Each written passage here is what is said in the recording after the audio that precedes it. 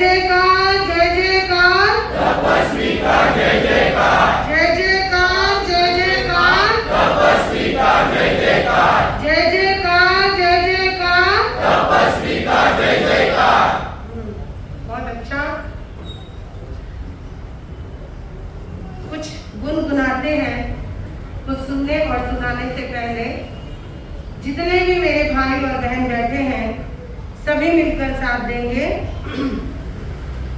तप की छाए बाहर गुरु के आंगन में, तप की छाए बाहर गुरु के आंगन में, तप की छाए बाहर गुरु के आंगन में। ऐसे बिल्कुल आनंद नहीं आ रहा। एक 22 साल की बच्ची और एक 14 साल की, है ना, क्या कर रही है वो? तपस्या। छोटा सा वर्ड है, बोलने में कुछ ज्यादा नहीं लगता, लेकिन करने में ना पूरा शरीर लगता है। और आपको मालूम है कि आज इनकी तपस्या के उपलक्ष्य में बाहर क्या तैयार हो रहा है? क्या हो रहा है? मैं अपने मुंह से नहीं बोलूंगी, लेकिन सभी साथ देंगे, साध्वी जी भी और आप भी। तप की छाई बाहर गुरु के आंगन में, बोलो तप की छाई बाहर गुरु के आंगन में, खुशियाँ छाई अपार गुरु के आंगन में, खुशियाँ छाई अपार गुरु के आंगन में। छोटी उमरिया में तप किया है, छोटी उमरिया में तप किया है, छोटी उमरिया में तप किया है, छोटी उमरिया में तप किया है। अष्टकर्म को नष्ट किया है, अष्टकर्म को नष्ट किया है बेड़ा पार गुरु के आंगन में, किया है बेड़ा पार गुरु तेरे आंगन में। तप की छाई बाहर गुरु के आंगन में, तप की छाई बाहर गुरु के आंगन में। तप की छाई बाहर गुरु के आंगन में, तप की छाई बाहर गुरु के आंगन में। आनंद गुरु की कृपा बरसी, आनंद गुरु की कृपा बरसी, प्रेम सो गुरु की कृपा बरसी, प्रेम सो गुरु की कृपा बरसी। आशीष पाया पाए गुरु के आंगन में, आशीष पाया पाए गुरु के आंगन में। तप की छाई बाहर गुरु के आंगन में, तप की छाई बाहर गुरु के आंगन में। खुशियाँ छाई अपार गुरु के आंगन में, गुरु के आंगन में, गुरु के आंगन में। बोलिए आचार्य भगवंत की, बोलिए आचार्य भगवंत की, बोलिए आचार्य भगवंत की। मंगल पाठ निकाल के रखना आचार्य स्टेज पे। लास्ट सर्वप्रथम आचार्य भगवंत के पावन चरण कमलों में शत वंदन। श्रमण समझे सलाहकार वाणी के जादूगर पूज्य गुरुदेव श्री रमणीक मुनि जी महाराज साहब के पावन श्री चरणों में शत वंदन। मम भगिनी आगम भारती महासाध्वी श्री रिद्धिमा जी महाराज साहब के पावन श्री चरणों में शत वंदन। महासाध्वी श्री संबोधि जी महाराज साहब, महासाध्वी श्री आराध्या जी महाराज साहब, महासाध्वी श्री पद्मश्री जी महाराज साहब, नवदीक्षिता महासाध्वी श्री संयति जी महाराज साहब, उपस्थित जिज्ञासु आत्माएं, मोक्षाभिलाषी आत्माएं,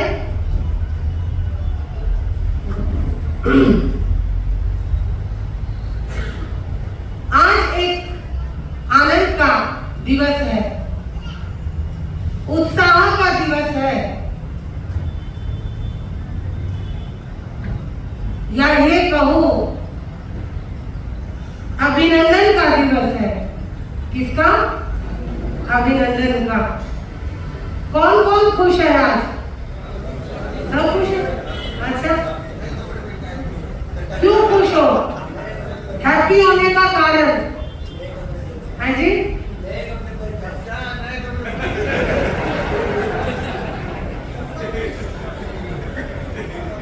कल एक मैंने चुटकुला सुनाया था, रिपीट करती हूँ चौरड़िया जी के लिए।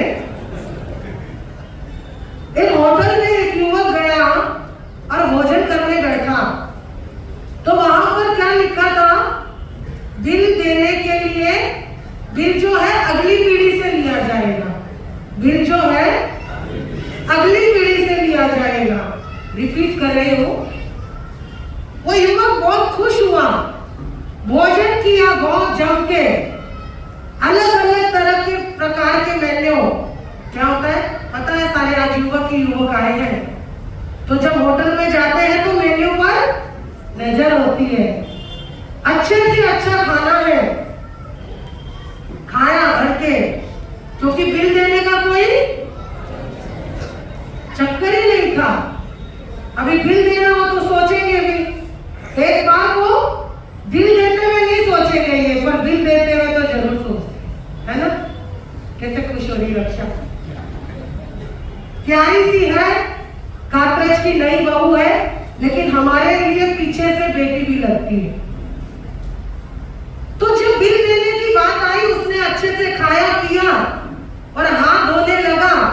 जब हाथ धोने लगा तो वेटर ने आके बिल पकड़ा दिया। सौरभ भैया, बिल पकड़ा दिया। अब सौरभ होता तो लड़ने खड़े हो जाता, अभी तो बोला बिल नहीं देना, ये बिल कहां से आ गया? वेटर ने कहा बिल ले लो, पैसे चुकाओ। वो बोले अभी तो बाहर दुकान पे लिखा है बिल देना मना है, पैसे देना लेना मना है, अब खाने के बाद बिल मांग रहे हो। बोले वहां क्या लिखा है? वहां लिखा है तुम्हारे बिल का भुगतान अगली पीढ़ी करेगी, तुम्हारे बिल का भुगतान धोखा जी करेंगे, जो पोषक जी खा के आएंगे वो धोखा जी करेंगे। तो अब पढ़ा, तुमको समझ नहीं आता, तुम बिल मांग रहे हो। बोले तू रिपीट कर, क्या लिखा है कि भोजन करने का जो बिल है वो अगली पीढ़ी देगी। तो क्या समझे? मैं ये समझा, कुछ नहीं समझे। ये पकड़ो रसीद और बिल भरो। बोले किस लिए? बोले ये तो तुम्हारा तो अगली पीढ़ी भरेगी, जो पिछली पीढ़ी खा के गई है उसका कौन भरेगा? जो पिछली पीढ़ी खाकर गई थी उसका बिल कौन भरेगा? यानी कि तुम भरोगे। तो ऐसी चौरड़िया जी को कुछ नहीं मालूम बेटी ने क्या किया, बस नए कपड़े मिल गए। तो बहुत अच्छी बात है, हंसते रहना, हंसाते रहना। लेकिन मैं भी आपको बताती हूँ, इस जन्म जो किया है वो अगले जन्म जरूर काम आता है।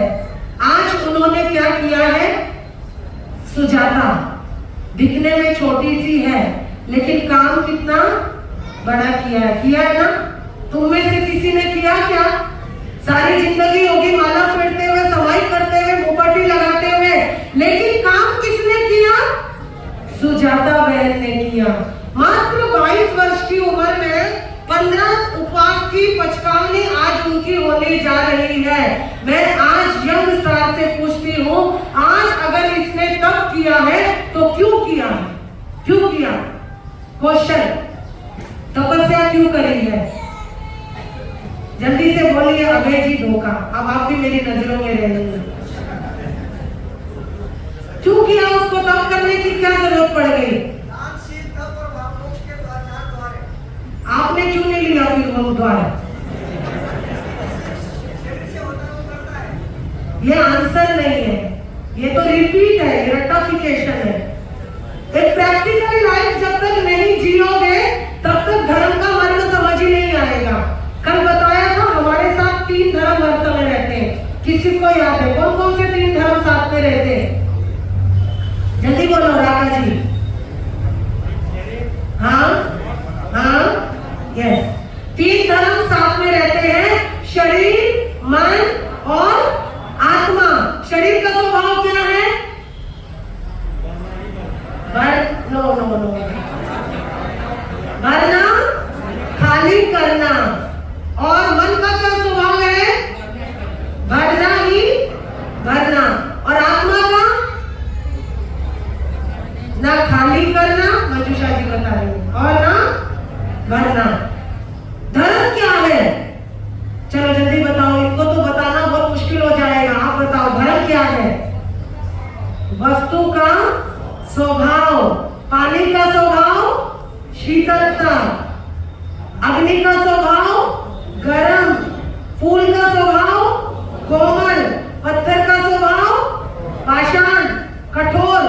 ऐसे ही आत्मा का स्वभाव न खाली करना न भरना। उसके ऊपर जितने भी कर्म अगर अशुभ कर्म है उनको सिर्फ नष्ट करना उसका कार्य है।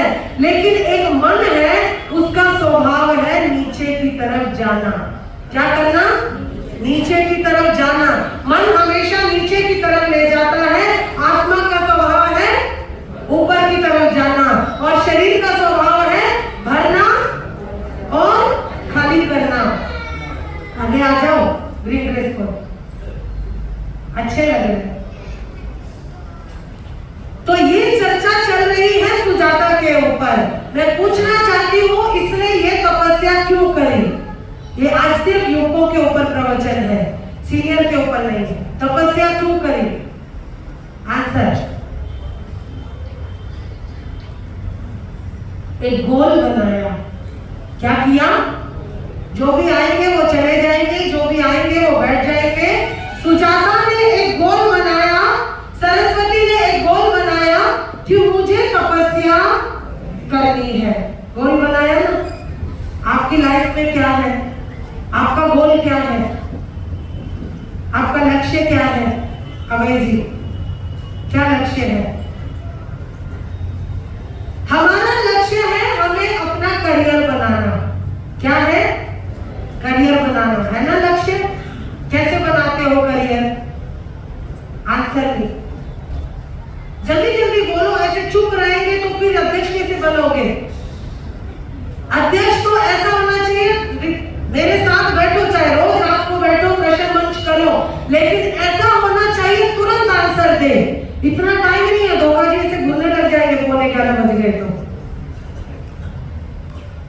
लक्ष्य क्यों बनाया? करियर के लिए लक्ष्य क्यों बनाया? और कोई आंसर देगा? आलोक, दर्शन। 2 वर्ड है, एक करियर और एक करेक्टर। एक करियर और एक करेक्टर। आप क्या बना रहे हो? जल्दी बताओ। मेरा तो विषय ही दूसरा हो गया है। आज सिर्फ सुजाता के ऊपर विषय चल रहा है। उसने गोल बनाया है तब करने का। आपका क्या गोल है? जितने भी युवा बैठे हैं, क्या गोल है? अगर जूनियर नहीं बोल रहे तो कोई सीनियर बोल दो। करियर बनाने का। करियर बनाना है या कैरेक्टर बनाना है? अब आंसर दो। है? करियर बनाना है या कैरेक्टर बनाना है? माताओं से पूछती हूँ, आप अपने बच्चों का करियर बनाना चाहते हैं या कैरेक्टर? हैं? दोनों भी। लेकिन बनाते क्या हो? हैं? करियर बनाते ना? देख लो, अपनी बात में रहना। कैरेक्टर तो नहीं बनाते। बनाते क्या? नहीं, झूठ ना बोला करो। खुल के बात करने का माहौल है। हम अपने बच्चों का जिस दिन से जन्म होता है करियर बनाते हैं, कैरेक्टर तो बनाते ही नहीं है। क्या बनाते हैं?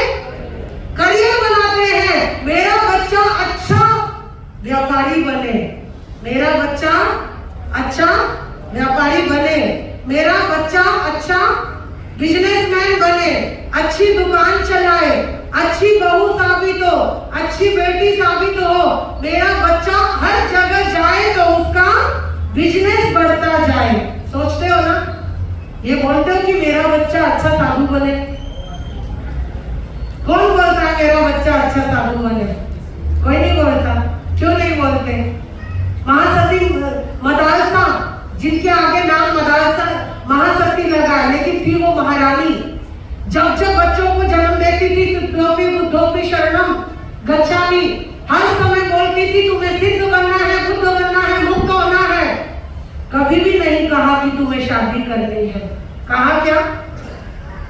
तो अब आप बताओ, अपने बच्चों का करियर बनाते हो या कैरेक्टर? क्या बनाते हो? एक गोल बनाया सुजाता ने, लेकिन एक गोल आपको भी बनाना है।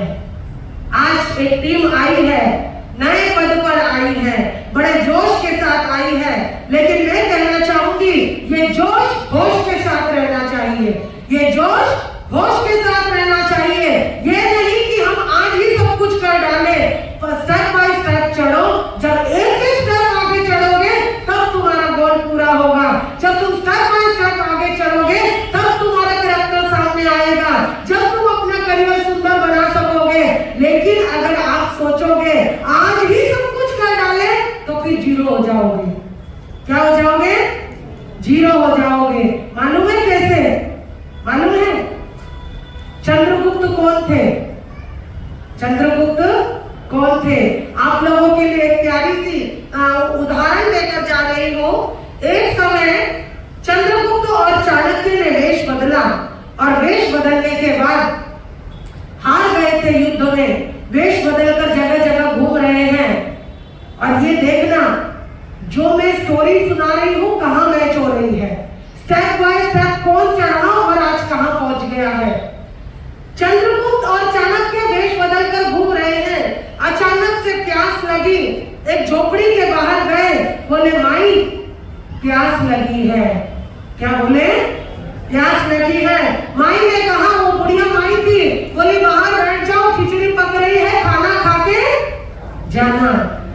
दोनों बैठ गए, खिचड़ी बन गई है, थाली में परोस दी है, अंदर अपने छोटे से नाती को भी खिचड़ी दे दी है। क्या दे दी? खिचड़ी दे दी। और उस माई ने थोड़ा उसमें घी भी डाल दिया है।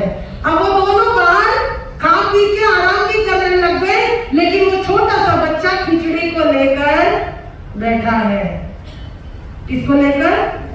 खिचड़ी को लेकर। खिचड़ी के बिल्कुल बीचों बीच माई ने बहुत सारा घी डाला हुआ था। अब उस बच्चे को जो था ना, बहुत जल्दी थी खिचड़ी खाने की, उसने आम न देखा था, फटाफट उंगली उठाई और बिल्कुल बीच में डाल दी। अब क्या हुआ? जो सबसे बीच की तो खिचड़ी थी, ऊपर से घी था, वो उसकी उंगली धोखा जी जल गई। उंगली जलते ही वो चिल्लाया और रोने लगा। माई क्या बोलती है, अरे बेटा तू भी चंद्रगुप्त चाणक्य की तरह निरा पागल निकला, तू भी चंद्रगुप्त और चाणक्य की तरह पागल निकला, तूने भी सबसे पहले बीच में ही हाथ डाला। दोनों जो बाहर वेश बदल कर लेटे हुए थे ना, अपना नाम सुन के कान खड़े हो गए। क्या बोल रही है ये माई? तू भी चंद्रगुप्त और चाणक्य की तरह पागल निकला। और कहते हैं दोनों उठकर माई के पास गए, बोले बोलो ना, क्यों बोला आपने चंद्रगुप्त और चाणक्य पागल थे? बोले सुनो तो सही, पहले सबसे पहले छोटे छोटे उपनगरों के ऊपर अपनी धाक जमानी चाहिए थी, बाद में सबसे पहला और सबसे बड़ा युद्ध चलाना चाहिए था।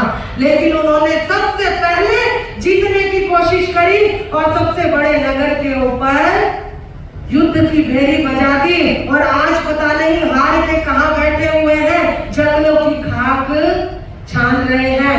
यानी कि सबसे पहले हमको छोटे छोटे कार्यों के ऊपर नजर डालनी चाहिए, बाद में हमको सबसे बड़े काम के ऊपर फोकस करना चाहिए। हमारा गोल क्या है, हमारा लक्ष्य क्या है, वो हमें ध्यान देना चाहिए। तो सबसे पहला लक्ष्य है, सबसे पहला स्टेप है आपका खुद का कैरेक्टर कैसा हो। आपका खुद का कैरेक्टर कैसा हो,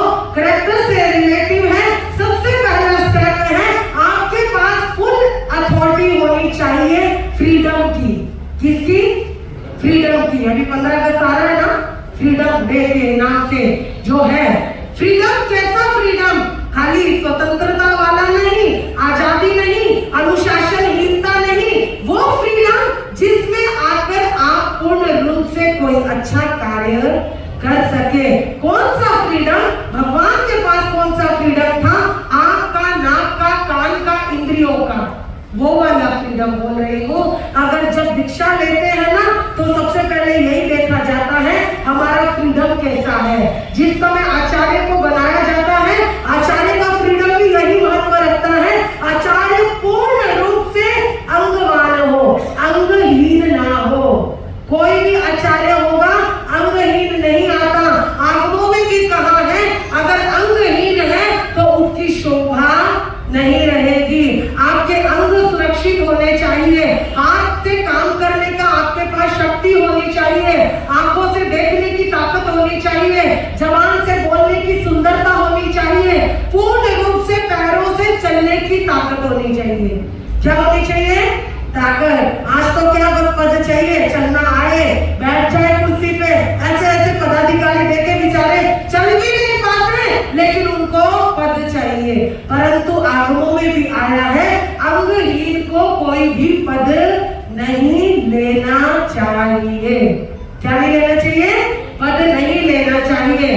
आगे दूसरा आपका स्टेप है कि आपको अपना फ्रेंड कैसा बनाना है। फ्रेंड, गुड फ्रेंड बनाना है। कैसा फ्रेंड बनाना है? दोस्त कैसा बनाना है?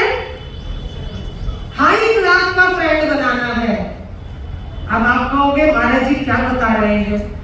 जब तक दोस्त अच्छे नहीं होंगे ना तो तुम्हारा कैरेक्टर अच्छा नहीं हो सकता। ये लाइफ में याद रखना। गुड फ्रेंड है तो गुड हेल्थ है, गुड हेल्थ है तो गुड कैरेक्टर है। ओके, गुड फ्रेंड है तो गुड हेल्थ है, गुड हेल्थ है तो गुड कैरेक्टर है। अगर दोस्त अच्छा नहीं होगा तो कैरेक्टर अच्छा नहीं होगा। महावीर गुड फ्रेंड थे, इसीलिए चंद्रकोशी का उद्धार हो गया। महावीर एक अच्छे दोस्त भी थे। आप जब पढ़ते हो ना वो प्रतिक्रमण में, गुरु मित्र, गुरु मात, गुरु सगा, गुरु दास, गुरु मित्र, गुरु प्राण। गुरु एक दोस्त की तरह अगर आपके जीवन में अच्छा मित्र मिल गया है, वो दोस्त कैसा है? वो महावीर जैसा है। तो चंद्रकोशी का जीवन भी तिर जाता था। महावीर को मारने आया था वो चंद्रकोशी। किसको? महावीर को मारने आया था, लेकिन एक चींटी को बचाने के लिए उसने अपनी जान दे दी। एक चींटी को बचाने के लिए सोचा नहीं, मैंने अगर करवट ली तो ये सारी चींटियां मर जाएंगी। तो ऐसा गुड फ्रेंड होना चाहिए जो आपके जीवन की दशा बदल दे। अध्यक्ष बनना आसान है, लेकिन सारी तरह से पर्सनैलिटी डेवलप करना बहुत मुश्किल है। एक दोस्त है जो आपको कारागार में ला देते हैं, एक दोस्त है जो आपको सर का ताज दिलवा देते हैं, एक दोस्त है जो आपको सभी का दुश्मन बना देते हैं, एक दोस्त होते हैं जो समाज में अच्छा नाम कमा देते हैं। भीड़ लगाने के लिए कोई कमी नहीं है। हम भी आज पता नहीं कितनी भीड़ लेकर चल सकते थे, लेकिन जब हम चलते हैं तो कहते हैं चांद बहुत है।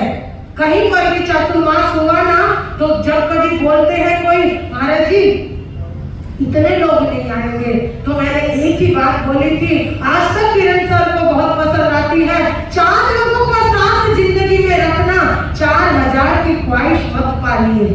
4 लोगों का साथ तुम्हें जिंदगी के अंत तक ले जाएगा। 4000 लोगों की लालसा मत पालिए। तो कैसा फ्रेंड हो जो तुम्हें कल्याण के मार्ग पर ले जाए, जो तुम्हें अच्छी सोसाइटी में ले जाए। कोई ऐसा फ्रेंड है जो कभी कहता हो चलो भाई आज प्रवचन सुनने चलते हैं? बोलता है क्या? बोलता है? कौन बोलता है? एक को एक बोलता तो आज या रोज दिखाई दे जाते।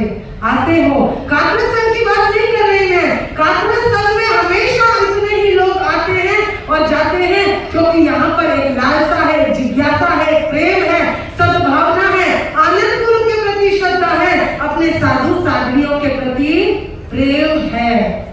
लेकिन जिनके पास गुड फ्रेंड होते हैं उनको कल्याण के मार्ग पर ले जाते हैं, लेकिन जिनके पास गुड फ्रेंड नहीं होते उनको रास्ते से भटका देते हैं। आज अगर मेरी बेटियां, आज अगर मेरी बहनें रात को 12 बजे तक अगर पार्टियों में जा रही हैं, जगह जगह पर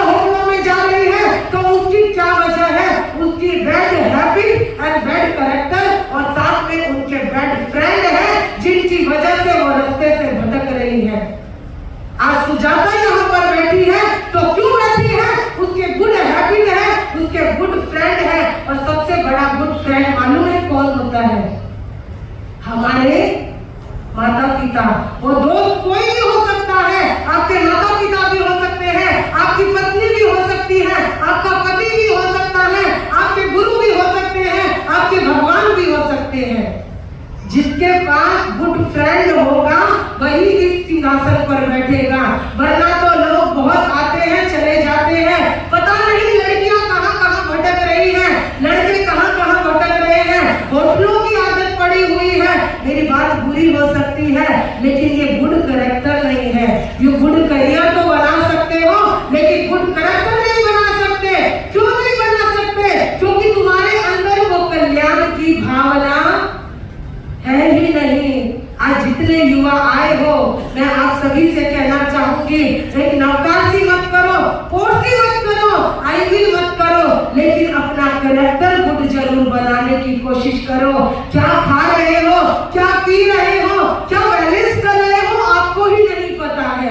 कहां घूमने के शौकीन हो, आपको ही नहीं पता है। आपको मालूम है पहले जब चातुर्मास होता था ना, बड़े बड़े व्यापारी अपने व्यापार भी बंद कर देते थे। मैं नहीं कहती आज व्यापार बंद करो, क्योंकि आज महंगाई इतनी हो गई है, सब कुछ देखना है, बच्चों को भी पढ़ाना है, सबको लिखाना है, सब कुछ करना है।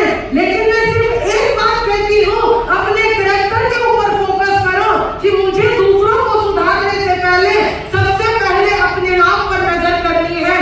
मेरे दोस्तों की संगत मुझे क्या सिखा रही है? घर घर में गुटखा है, घर घर में गुटखा है। मुझे सच और झूठ नहीं चाहिए। गर्दन ऐसे हिलाओगे या ऐसे हिलाओगे मेरा नुकसान नहीं है, लेकिन जब घर घर में गुटखा है तो फिर वहां पर गुड कैरेक्टर कहां से होगा, वहां से गुड करियर कहां से होगा? एक व्यक्ति, एक बच्चा गुटखा खाता है लेकिन माँ बाप को पता भी नहीं चलता, एक बच्चा शराब पीता है लेकिन माँ बाप को पता नहीं चलता, एक बच्चा नॉनवेज खाता है लेकिन किसी को पता भी नहीं चलता। क्यों नहीं पता चलता? क्योंकि तुमने उनको कभी सिखाया ही नहीं। चलो बच्चों, आज स्टार्टअप में चलते हैं। बाप जी स्कूल में जाना होता है, बाप जी बिजी बहुत है, बहुओं को आना नहीं होता क्योंकि वो बहुत बिजी है, बच्चों को स्कूल भेजना होता है। लेकिन मैं जब कहती हूँ, जब कभी शादी ब्याह में जाना हो, हुडा पार्टी में जाना हो, तब कैसे तुम्हारी पूरी भीड़ की भीड़ चली जाती है। पूरे पूना के अंदर अगर आज यहाँ पर इतने लोग बैठे हैं, कहीं ना कहीं आपका गुड कैरेक्टर होगा तो आप यहाँ पर बैठे हैं। लेकिलेकिन जो लोग करियर के पीछे भागते हैं वो कभी अपने जन्म को सिद्ध नहीं कर सकते। लाइफ में बैलेंस बहुत जरूरी चाहिए। गुड करियर के साथ गुड कैरेक्टर चाहिए। सुजाता के साथ आप एक बात मन में लाना, आज अगर वो 15 दिन से भूखी है बच्ची, क्यों है? क्योंकि उसके माता पिता ने उसको संस्कार दिए हैं, उसके भीतर में एक भाव आया, क्यों ना मैं अपने भाव को, अपने जीवन को, अपनी लाइफ को बैलेंस में करूं। आज उसने अगर एक सूत्र लिया है, balance of diet, balance of diet, diet को बैलेंस किया, अपनी भूख को बैलेंस किया, आज अपने उसके खाने को नियंत्रण करके अपने रचना इंद्रियों को कंट्रोल किया है। क्यों किया है? चाहे वो जानती भी नहीं, लेकिन अनायास में उसके अशुभ कर्मों का बंधन तो टूट ही रहा है। क्यों नहीं टूटेगा? क्योंकि अभी उसके भीतर में कोई लालसा नहीं है, कोई उसके बीच में इच्छा नहीं है, कोई उसके बीच में तमन्ना नहीं है। लेकिन आज अगर आपको चाहिए गुड कैरेक्टर और गुड करियर बनाने के लिए, सबसे पहले आपको बैलेंस ऑफ अपने डाइट को लेना है और सेकंड नंबर अपने बैलेंस ऑफ माइंड को लेना है कि आपका माइंड क्या सोचता है, आपका दिमाग कौन जा रहा है, आप अच्छे रास्ते पर आ रहे हो या नहीं आ रहे हो। फिर तीसरे नंबर बैलेंस ऑफ हैबिट, आपकी आदतें कौन सी सुधर रही है, आप क्या गंदे काम कर रहे हो, क्यों कुव्यसनों में उलझे हुए हो, क्यों अपनी आदतों को बिगाड़ रहे हो। अगर एक व्यक्ति आदत बिगाड़ता है तो एक परिवार खराब हो जाता है, और एक परिवार खराब होता है तो पूरे घर का नाम खराब हो जाता है। तो मेरा कहने का भाव, आज एक तपस्वी ने तपस्या करी है और कहते हैं एक तपस्वी जो तपस्या करता है पूरे घर के अशुभ कर्मों का बंधन टूटता है।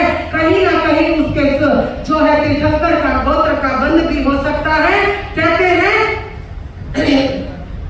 युद्ध भूमि में योद्धा तपे, युद्ध भूमि में योद्धा तपे, सूर्य तपे आकाश, तपस्वी तपे अपने कर्मों से, करे कर्म का नाश। अपने तन को जब वो तपाता है तो कर्मों का नाश करता है।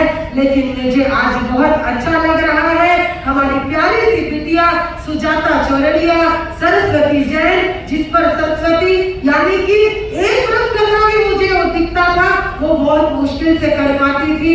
लेकिन आज आनंद बाबा की कृपा बरसी है, गुरुदेव प्रेम सुख जी महाराज साहब की कृपा बरसी है। जिस बच्ची ने इस तरीके से एक पे एक पहले तेला किया, तेला करके खोल लिया, उससे हिम्मत नहीं बनी।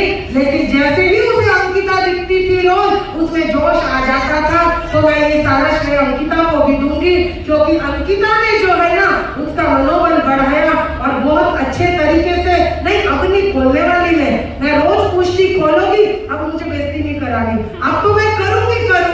और पूर्ण रूप से उसने 11 की ठानी।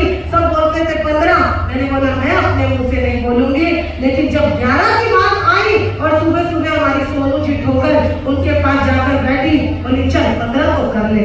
मैंने आज तक उसको अपने मुंह से नहीं कहा बेटा कल करेगी क्या, लेकिन जो इन्होंने उसकी धर्म दलाली करी, और मैं कहती हूँ कड़ा करो एक दूसरे की धर्म दलाली। 4 महीने बाद तुम अपने घर, हम अपने यात्रा पर। घर तो है नहीं, घर तो बोलेंगे नहीं, यात्रा पर, क्योंकि साधुओं का कोई घर नहीं होता लेकिन परिवार होता है।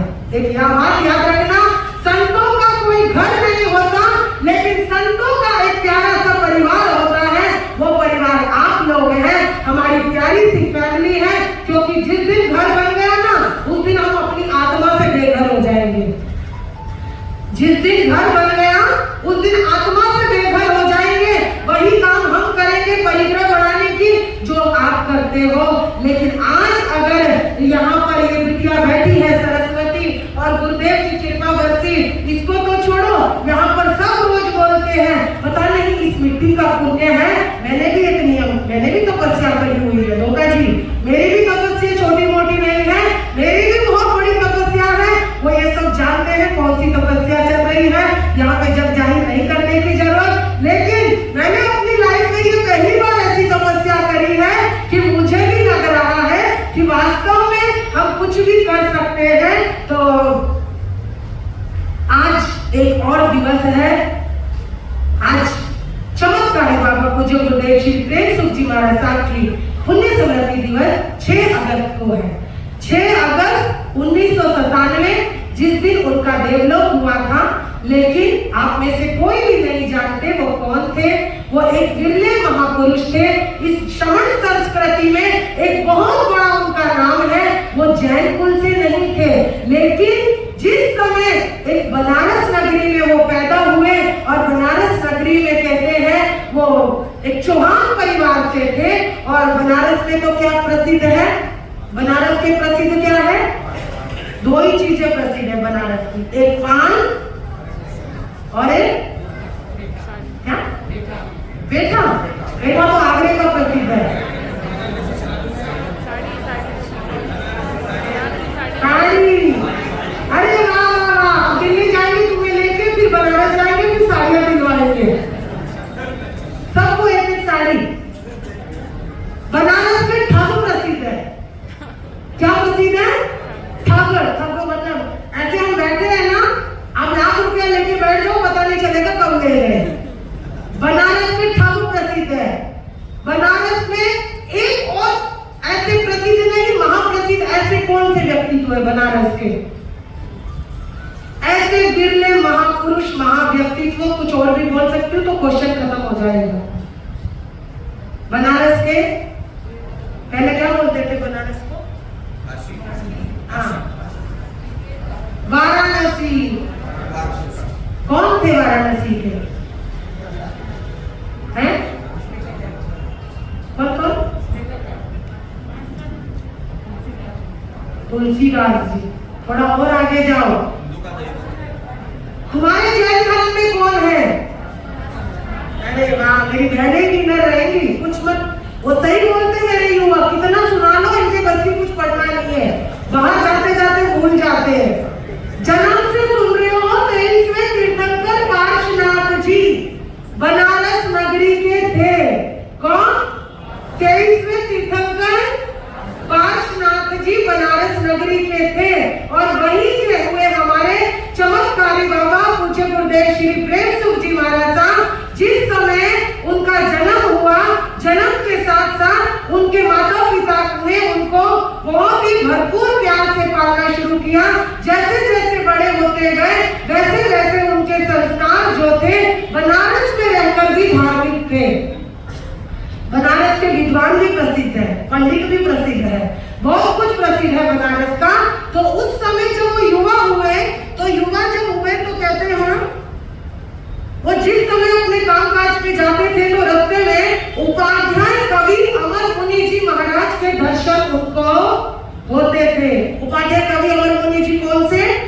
जिन्हों के सानिध्य में महासती चंदना जी महाराज जिनके गुरु है। गुरु तो उनके आनंद बाबा थे। विरायतन वाली चंदना जी महाराज के गुरु तो आनंद बाबा थे। ये शायद आपको पता भी नहीं होगा, लेकिन बाद में कुछ ऐसी परिस्थितियां बनी कि फिर उन्होंने उपाध्याय अमर मुनि जी महाराज का सानिध्य ले लिया था। ये जो चंदना जी है ना, ये पक्की आपकी ही यहाँ से मौजूद है। ऋषिकुल में सबसे पहले वही आई थी, बाद में कोई कोई आते गए क्योंकि वो भी किसी और के आए थे, लेकिन चंदना जी महाराज के जो प्रथम गुरु थे वो आचार्य आनंद ऋषि जी महाराज साहब थे। हम राजगुरु नगर में मिले तब मैंने उनको बात की तो उन्होंने स्पष्ट किया था। लेकिन उपाध्याय अमर मुनि जी महाराज के दर्शन किए और कहा कि मुझे साधु बनना है। क्या बनना है? हो गए कुछ 20-25 साल उम्र के, तो बोले जाओ आज्ञा लेकर आओ। माता पिता ने कहा साधु बनाना, तेरे को टांग तोड़ देंगे, किसी कीमत में ये जैन साधु नहीं बनेंगे, ये जैन साधु अच्छे होते ही नहीं है, तुझे जाना ही नहीं उनके यहाँ। और थोड़े समय बाद उनकी शादी कर दी। क्या कर दी? शादी कर दी। शादी करने के बाद एक ही वर्ष हुआ था, पत्नी गर्भवती थी, संतान को जन्म देने का समय आया, पत्नी भी स्वर्गवासी हो गई और संतान भी स्वर्गवासी हो गई। और कहते हैं वो युवक बिना किसी को बताए, वैराग्य तो पहले से ही था, ये मत सोचना पत्नी जाने के बाद गए, वैराग्य तो पहले से ही था, लेकिन अब उनको पूर्ण रूप से फ्रीडम मिल गया, आजादी मिल गई। बिना किसी को बताए उपाध्याय अमर मुनि जी के चरणों में गए, बोले मुझे साधु बनना है। उपाध्याय कवि अमर मुनि जी ने कहा कि साधु बनो, लेकिन मेरे पास कोई बनने की ऐसी कोई वजह नहीं है। दिल्ली में सदर बाजार है, सदर बाजार में एक महाश्रवण रहते हैं श्री भागवत जी महाराज साहब, उनके चरणों में जाओ, वो एक ही जगह स्थिर रहते हैं, उनके चरणों में जाकर साधु बन जाना, कहना कि मैंने भेजा है।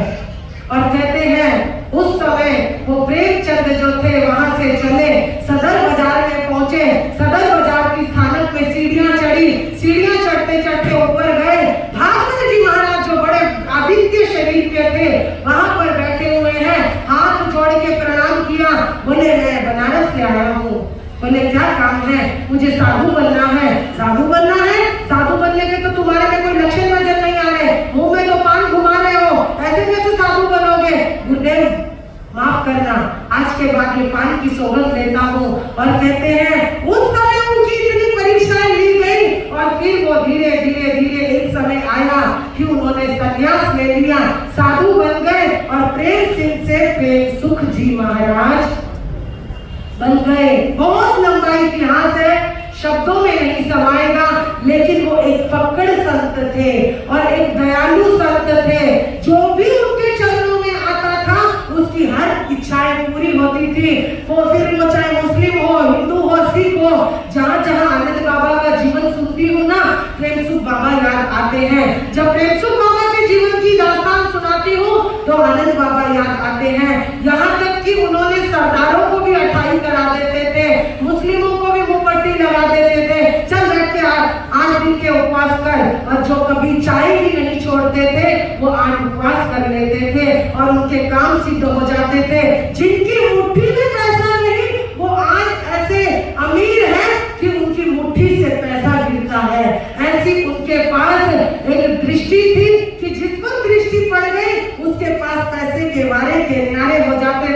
लेकिन वो गरीबों के मसीहा थे, गरीबों के लिए मरते थे, गरीबों के लिए हर समय मेहनत करते थे। पता नहीं कितने स्कूल कॉलेज संस्थाएं उन्होंने खुलवाई, सेवा करने में नंबर 1 थे।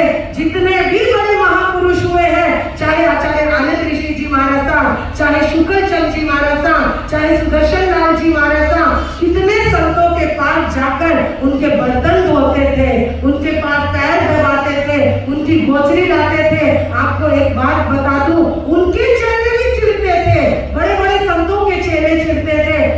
ये प्रेम सुख बहुत ज्यादा काम करके अपने नंबर बनाता है, लेकिन प्रेम सुख जी महाराज के मन में था कि नहीं, मुझे काम करना है तो करना है। एक संत अगर अकेला रह गया तो उसको तुरंत अपने पास बुला लेते थे, उसकी सेवा में चले जाते थे। ऐसे ही हमारे पारस मुनि जी महाराज हैं, जो रमणी गुरुदेव जिनके चरणों में रहते हैं। जिस समय पारस मुनि जी महाराज साहब के गुरु का देवलोक हो गया और उनका समाचार प्रेम सुख जी महाराज के पास आया, मेरे गुरु चले गए, अब मैं क्या करूं। और वो भी यंग थे, प्रेमचंद जी महाराज उनके गुरु थे। तो प्रेम सुख जी महाराज ने कहा, सीधा देहरादून आ जाओ, मैं तुम्हारे साथ हूँ। और जिस समय कहते हैं बाबा का देवलोक हुआ, एक ही बात बोली थी उन्होंने इन संतों को, रविंद्र मुनि जी को, रमणी मुनि जी को, मेरे जाने के बाद पारस मुनि जी महाराज को कोई भी कष्ट नहीं होना चाहिए। और आज भी उस घर की ये रीति है, सबसे पहला स्थान पारस मुनि जी महाराज को मिलता है। एक ही त्याग था रमणी मुनि जी महाराज का, एक ही वजह थी इस महाराष्ट्र से दिल्ली जाने की। अगर मुझे पारस मुनि जी महाराज की इच्छा को उनको बचाना है, अगर उनको करोलनाथ की धरती पे जाना है तो मैं जाऊंगा, फिर चाहे दुनिया मेरे खिलाफ हो जाए तो हो जाए। और सबके सामने है, महाराष्ट्र से गुरुदेव डायरेक्ट उनको लेकर गए दिल्ली के करोल बाग में। मुझे भंते से ऊपर कोई नहीं है, सीधा आचार्य जी को आज्ञा ली और महाराष्ट्र प्रवर्तक से आज्ञा ली और कहने लगे, मुझे भंते को लेकर दिल्ली जाना है। आपको तो शायद पता नहीं होगा इन समस्याओं के बीच में क्या समस्याएं हो जाती हैं। लोग अच्छे काम को भी विरोध में ले लेते हैं, पर रमणी मुनि जी महाराज ने कहा, मुझे परवाह नहीं, मुझे भंते का जीवन बचाना है। और आज 3 साल हो गए करोल बाग में भंते को रहते हुए, वो पूर्ण रूप से सुरक्षित है। तो इस तरीके से प्रेम सुख जी महाराज के पूरे परिवार में आज भी ऐसा कोई समाचार आ जाए। कुछ ही साल पहले तो मेरे पास समाचार आया था एक संत जी का, जानते भी होंगे पुनीत मुनि जी की बहन, मुझे गुरु जी के पास जाना है। कन्याकुमारी में चातुर्मास था उस समय। मैंने गुरुदेव को समाचार भेजा कि आपके पास आपके चरणों में आना है। उपाध्याय जी ने सहर्ष स्वीकार कर लिया। जिसको संयम बचाना है मेरे पास आके रह सकते हैं। आज भी पुनीत मुनि जी गुरुदेव के चरणों में रहते हैं। ऐसे अनेकों संत इस सुख परिवार में रहते हैं, पता भी नहीं चलता कि इनके संत है या किसी और के हैं। तो इस तरीके से समय बढ़ता गया। लास्ट टाइम में बहुत छोटी उम्र की, 60 साल के भी नहीं होंगे, उनके किडनी लीवर सब फेल हो गए, लेकिन उन्होंने कहा कि मुझे संथारा दिला दो। और पूरी दिल्ली की एक ऐसी, पूरे बड़े बड़े भवन उनके खड़े हुए थे कि नहीं गुरुदेव आपको संथारा नहीं कराएंगे, लेकिन उन्होंने कहा मेरी आज्ञा है, मुझे संथारा कराओ। और जिस समय रमणी मुनि को बोला, रमणी मुनि जी के प्राण थे वो, और रमणी मुनि जी रोते जा रहे थे और उनको संथारा करा रहे थे। वो रमणी मुनि जी को जान देते थे। दुनिया में अगर उनको सबसे प्यारा था तो राम था।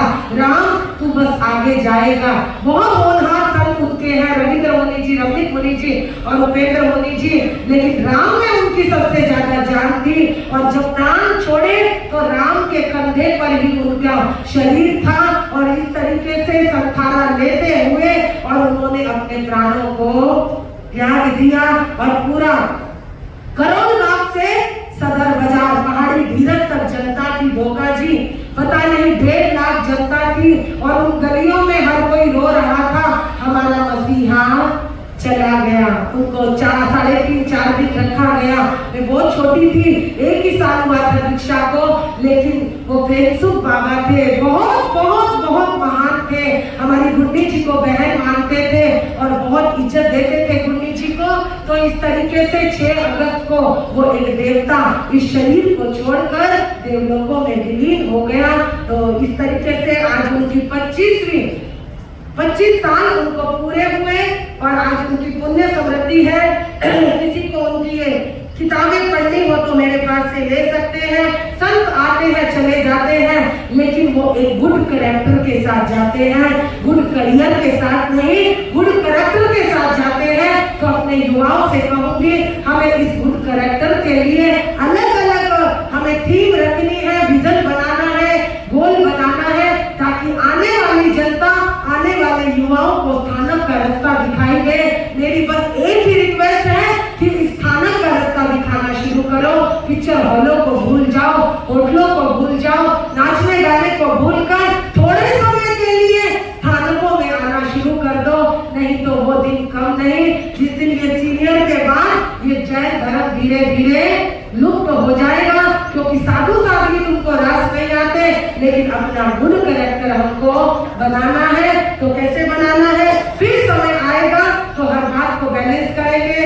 11 बजने वाले हैं और आज जो है ना बहुत समय लिया है, लेकिन फिर से एक बार इस युवा अध्यक्ष का, पूरी टीम का मैं बहुत बहुत अभिनंदन करती हूँ, स्वागत करती हूँ, ताकि इस कातरज में जैसे इस टीम ने नाम कमाया, हमारे पूर्व अध्यक्ष बैठे हैं, उन्होंने भी बहुत काम किया है सोशल में।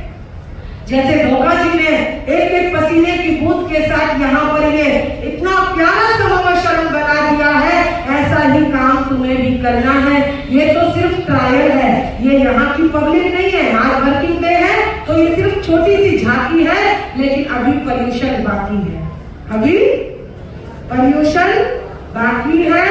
तो तपस्या के लिए अब आगे ही आगे बढ़ते जाओ।